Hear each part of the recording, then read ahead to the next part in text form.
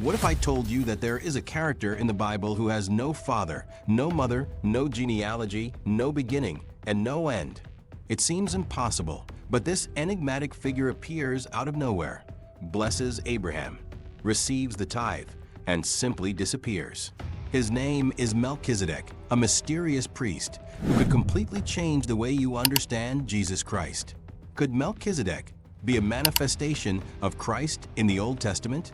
What does his eternal priesthood mean? And how could this secret hidden in the scriptures reveal the future of humanity?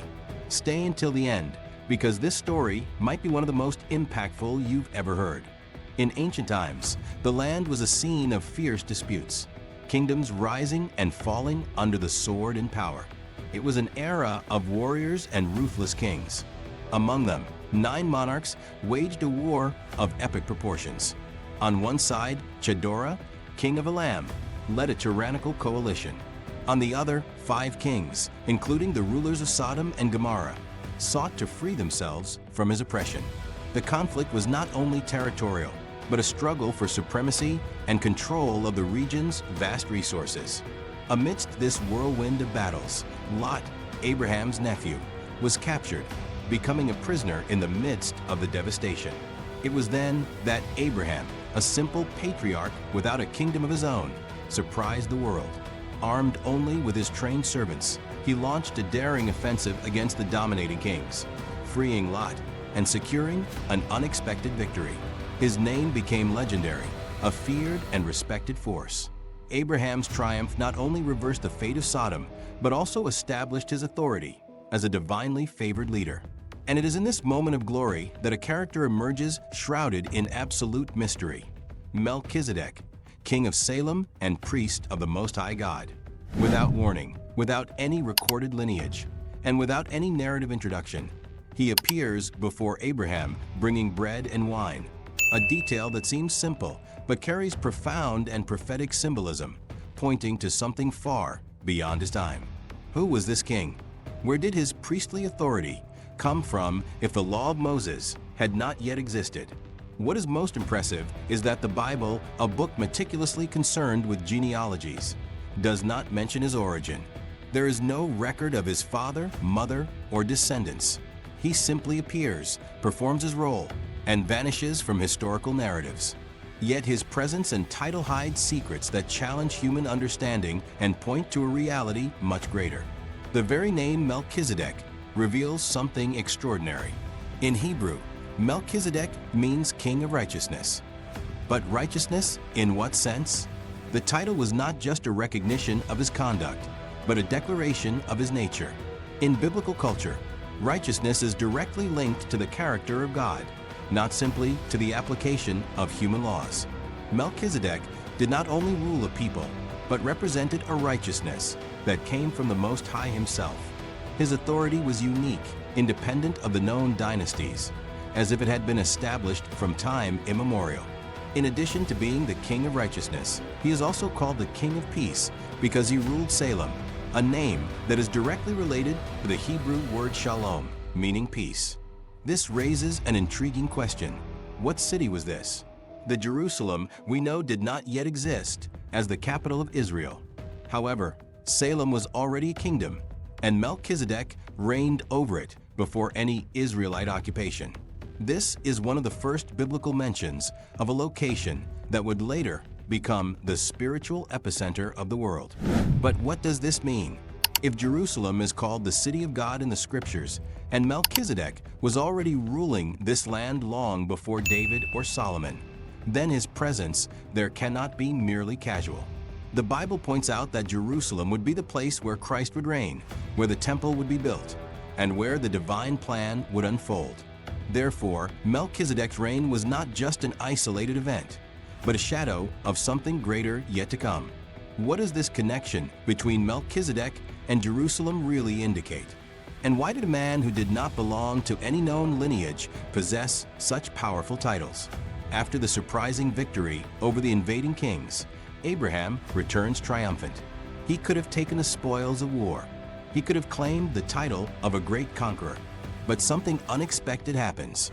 Before Melchizedek, the king of Salem and priest of the Most High God, Abraham bows in a gesture of deep recognition and gives him a tenth of everything. This moment is absolutely revolutionary and hides a theological significance that transcends even the history of Israel. The law of Moses did not even exist yet. The Levitical system of priests and tithes was still centuries away. And yet Abraham, the patriarch of faith, chooses to voluntarily give a tenth of his goods to a mysterious king-priest. What does this mean? It reveals that Melchizedek possessed spiritual authority superior to that of Abraham himself. The father of faith, the one who would receive God's promises and generate the lineage of the chosen people, submits to a priest who is not his descendant nor from any known tribe. And this changes everything. If Abraham recognizes that Melchizedek is greater, then the entire priesthood that would follow, including the Levites, descendants of Abraham, was already inferior to this mysterious priestly order. The Levitical priesthood would come based on the law, but the priesthood of Melchizedek existed before the law and operated directly under an eternal and divine covenant. This means that the priestly system of Israel was not the pinnacle of divine revelation, but only a shadow of something greater. And what really makes this event even more enigmatic is Melchizedek's own act of receiving Abraham. He not only accepts the tithe, but offers bread and wine, a scene that would echo millennia later at a crucial moment in the history of humanity. But why bread and wine? What did this represent at that time? Centuries after the enigmatic encounter between Abraham and Melchizedek, King David writes one of the most prophetic psalms in all of the Bible. In Psalm 110 verse 4, David declares an intriguing phrase, "Thou art a priest forever after the order of Melchizedek." But who was God referring to? David, a man after God's own heart, never occupied the position of priest, and none of the Levitical priests could be called eternal priests.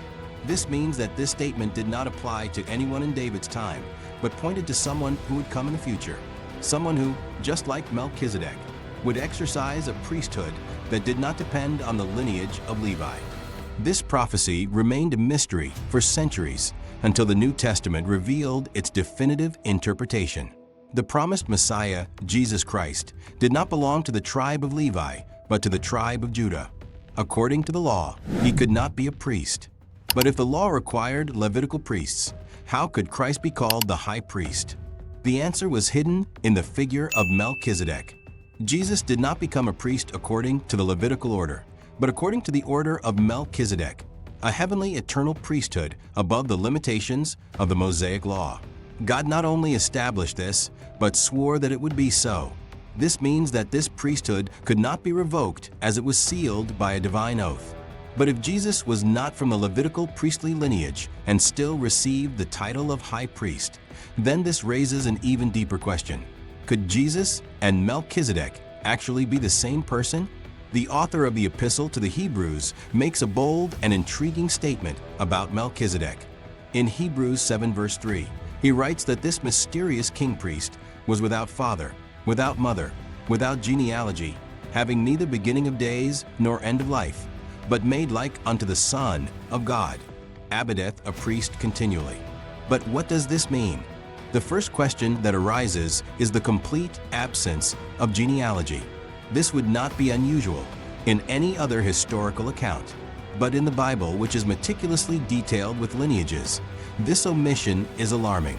No mention of his birth, death, or descendants. This not only suggests that he was different from any other priest, but also raises the possibility that he was more than just an ordinary man. The text also suggests that he abideth a priest continually. How could an ordinary man be an eternal priest? Could this mean that Melchizedek did not have a terrestrial end? Or was this a way of indicating his existence beyond time? This description fits perfectly with another figure, Jesus Christ. He is also called the eternal priest, and his ministry did not have a terrestrial origin, but a celestial one.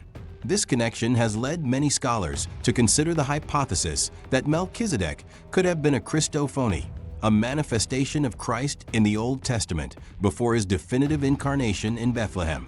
If Melchizedek and Jesus are the same person, this would change the entire perspective on his appearance to Abraham. instead of an ordinary king-priest. Abraham would have encountered the pre-incarnate Christ, receiving blessings from him and recognizing his supremacy. But if this theory is true, what exactly was Melchizedek? An angel, the very Spirit of God in bodily form? Or could there be other explanations for this mystery? The mystery surrounding Melchizedek has sparked several theories throughout history. Some scholars have tried to identify him with well-known biblical characters, while others have seen him as a unique celestial entity. But which of these theories makes the most sense? One of the oldest hypotheses among the rabbis is that Melchizedek was Shem, the son of Noah. As one of the survivors of the flood, Shem lived for many years and could, according to some genealogical accounts, still have been alive during Abraham's time. As the patriarch of the godly lineage, he could have taken on the role of priest of the Most High God. However, this theory has flaws. Shem has a recorded genealogy in the Bible, and Hebrews 7 emphasizes that Melchizedek was without father, without mother, without genealogy. Another possibility is that Melchizedek was an angel in disguise. Some theologians point to angelic appearances in the Bible, where celestial beings took on human form to interact with the patriarchs. If this were the case, Melchizedek would not have a terrestrial lineage because, in fact, he would not belong to humanity. But there's a problem with this idea. Melchizedek was called a king and ruled a real city, something that was never said about angels in Scripture. An even more intriguing theory is that Melchizedek was a manifestation of God on earth. This view is based on the fact that he carries divine titles, receives honor from Abraham, and seems to exist beyond time. If he were indeed a manifestation of Christ before his incarnation, this would mean that Jesus was already establishing his priesthood long before the cross. This explanation would make sense in light of Hebrews 7, where he is described as resembling the Son of God and as an eternal priest. Regardless of the theory one adopts, one point remains. Melchizedek was not an ordinary character. He appears in the narrative without explanation, performs a priestly function superior to that of the Levites, and disappears without a trace. But the most impressive thing is that he is not an isolated figure in biblical history. His existence points directly to Christ and to a priesthood that would replace the entire religious system of the Old Covenant. But what exactly does this mean for the work of Jesus? And how does this connection impact our faith to this day? Melchizedek's priesthood was not just an isolated event in biblical history, but a precursor to a radical change that would happen centuries later. Throughout the entire Old Testament period, the Levitical priesthood dominated the relationship between God and humanity. Only the descendants of Levi could serve in the temple, offer sacrifices, and intercede for the people. However, this priesthood was temporary, limited, and subject to human failings. But when Jesus Christ came, he was not from the tribe of Levi. He was from the tribe of Judah, which by the law disqualified him from being a priest. Yet he did not become a priest according to the lineage of Levi, but according to the order of Melchizedek. What does this mean? It means that Christ's priesthood is not based on earthly lineage, but on a heavenly and eternal authority. Like Melchizedek, Jesus is a priest forever, not because he was born into a specific tribe, but because God declared it so. This new priesthood not only replaces the Levitical one, but completely surpasses it. Instead of repetitive animal sacrifices, Christ offered a single perfect sacrifice, his own blood. Instead of an earthly temple, he ministers in the heavenly sanctuary. Instead of a priesthood limited by death, he lives and intercedes eternally for his people. And there is a detail that cannot be overlooked: the Lord's Supper. When Melchizedek met Abraham, he brought bread and wine. And what did Christ do on the night before his crucifixion? He took bread and wine and declared, "This is my body, this is my blood." The connection is undeniable. Melchizedek was pointing to something that would only be fully fulfilled in Christ. But if this priesthood is heavenly and eternal, what does it reveal to us about the future? Is there something in Melchizedek that helps us understand what is to come at the end of times? The figure of Melchizedek not only points to Christ in the past, but also sheds light on the future and the ultimate destiny of humanity. If his priesthood was eternal and superior to the Levitical priesthood, this means that he was not bound by time, but was part of a plan that spans the ages. And this plan culminates in the absolute reign of Christ at the end of times. The book of Revelation describes Jesus as King of Kings and Lord of Lords, ruling with justice and establishing a kingdom of peace. These are the same characteristics of Melchizedek, who was the King of righteousness and King of peace. Just as he ruled over Salem, the future Jerusalem, Christ will reign over the new Jerusalem, where there will be no more sin, death, or corruption. Christ's priesthood, according to the order of Melchizedek, is a heavenly and eternal priesthood. This means that in the new heaven and the new earth, there will no longer be a need for earthly priests, because Jesus will intercede directly for his people forever. The intercession will be perfect, access to God will be complete, and the kingdom will be established without end. This connection between the beginning and the end is striking. The book of Genesis introduces us to Melchizedek as a mysterious king-priest, while the book of Revelation reveals Christ reigning as king and priest for all eternity. Everything that began in the time of Abraham will be fulfilled in the glorious return of Jesus. But this raises a final question. If Melchizedek was a foreshadowing of Christ and his priesthood is eternal, what does this revelation mean for us today? If Melchizedek was already a mystery in the past, we now know that his story directly points to Jesus Christ and God's plan for humanity. His eternal priesthood reveals a kingdom that will never end. And if you want to keep discovering the deepest secrets of the Bible, subscribe to the channel now, turn on notifications, and share this video because there are many incredible revelations yet to come.